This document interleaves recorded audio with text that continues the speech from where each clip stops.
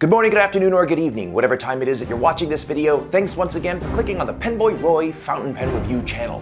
The subject of today's video is the Leonardo Momento Zero Grande Dark Hawaii Blue Fountain Pen.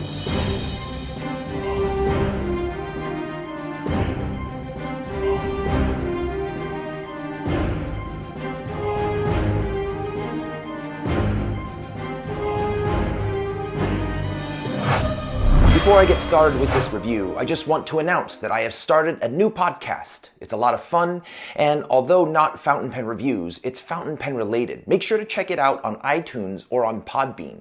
It's a great way to kill time on your commute to work, school, or anywhere else you spend time doing nothing, all the while maybe even learning a thing or two about pens and other random stuff. I've been over the background information on the Leonardo Officina Italiana brand in the past with my Furore review and Momento Zero review. I'll leave the links in the description below if you want to check that out for more detailed information on the brand.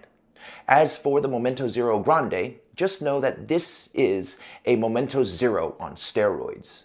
Being that the Momento Zero is a favorite to the brand owner Salvatore Matrone, it's not surprising that there is a Grande version. That being said, there is more to this pen than just being a larger version of the standard Momento Zero.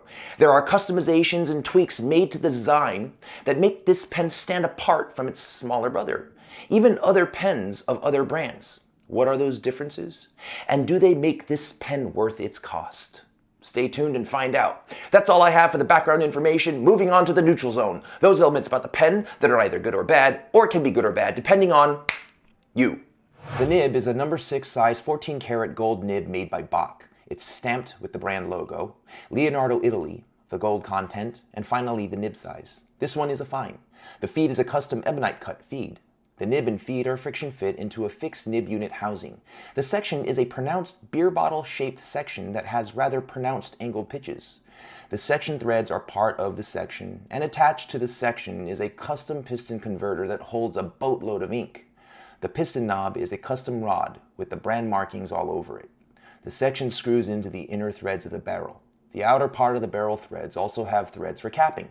After the threads is a slight step that is the location where the rim of the cap meets the body when completely capped. The rest of the barrel is a tapered turned acrylic with the brand name. It tapers slightly down to a metal ring that separates the blind cap with the barrel.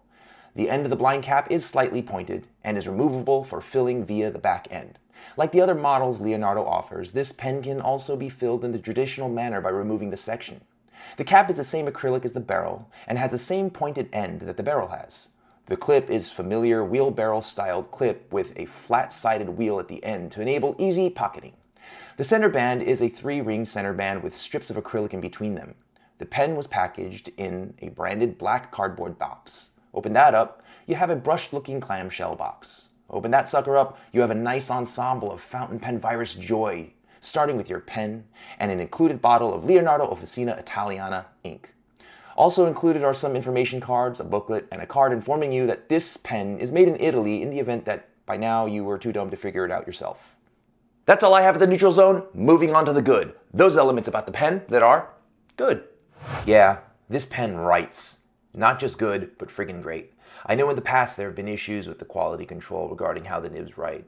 And even with my Furore review, there was mention of issues with the way it wrote out of the box. However, since then, Salvatore has made it his personal mission to ensure that there are no issues when it comes to writing experience. Salvatore has not taken the approach of ignoring customer feedback and has not let his ego get in the way of improvement. No, on the contrary, based on what I've been told, not only has he decided to fix the issues, friends of mine whom are retailers have stated to me that there has been a marked and drastic decrease in any kind of complaints versus feedback in the past. So when it comes to this pen and the way it writes, I am so happy to say that out of the box, it was like writing with a symphony of awesomeness in the form of a fountain pen. The nib is slightly on the wet side and is as smooth and slippery as prison soap. The balance of the pen unposted is fantastic, and despite its size overall, should you choose to post it, you'll find it equally comfortable. Moving on to the aesthetics of the pen. Suffice it to say, as with all Leonardo pens, it's a stunner. It's a gorgeous pen, made of beautiful acrylic that is complex and sophisticated in its pattern and depth. The mixture and depth of colors are even more so accentuated by the section stacked look, further playing games with your vision, entrancing you into a frozen state of awe, thereby giving other predatorial creatures an opportunity to easily eat you alive. Looking at this pen for the first time, I was so taken by the beauty of it, I can only imagine this is the closest thing to a trip on dimethyltryptamine. When talking about the build quality, this pen stands among the highest of standards.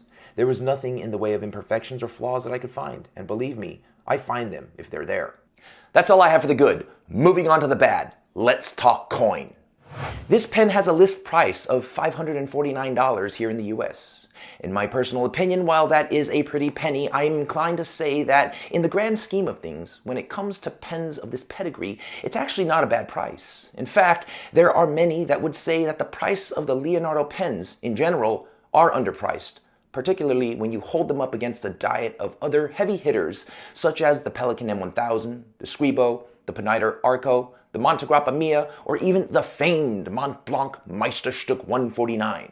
So in terms of the cost, I don't think it's too bad. You could even opt for a steel nib in place of the gold for $329. That's all I have for the bad. Moving on to the ugly. Those elements about the pen that should not be, but are. Like I said before, there is nothing to talk about here. It writes like a savage and is seemingly made by someone with the obsessive compulsiveness of Rain Man.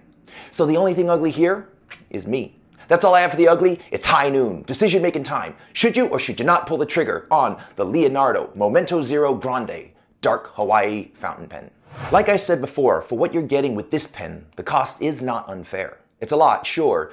It's certainly at the price for Grail status. But the question is it a Grail pen? Does it hold up to a Visconti Homo Sapien or a Pelikan M1000 or a Mont Blanc 149? I say why not? When it comes to the quality, the build, and the writing experience, it certainly holds its own and even outshines some of the other brands. But where the argument against it being a Grail pen can be made is in its legacy.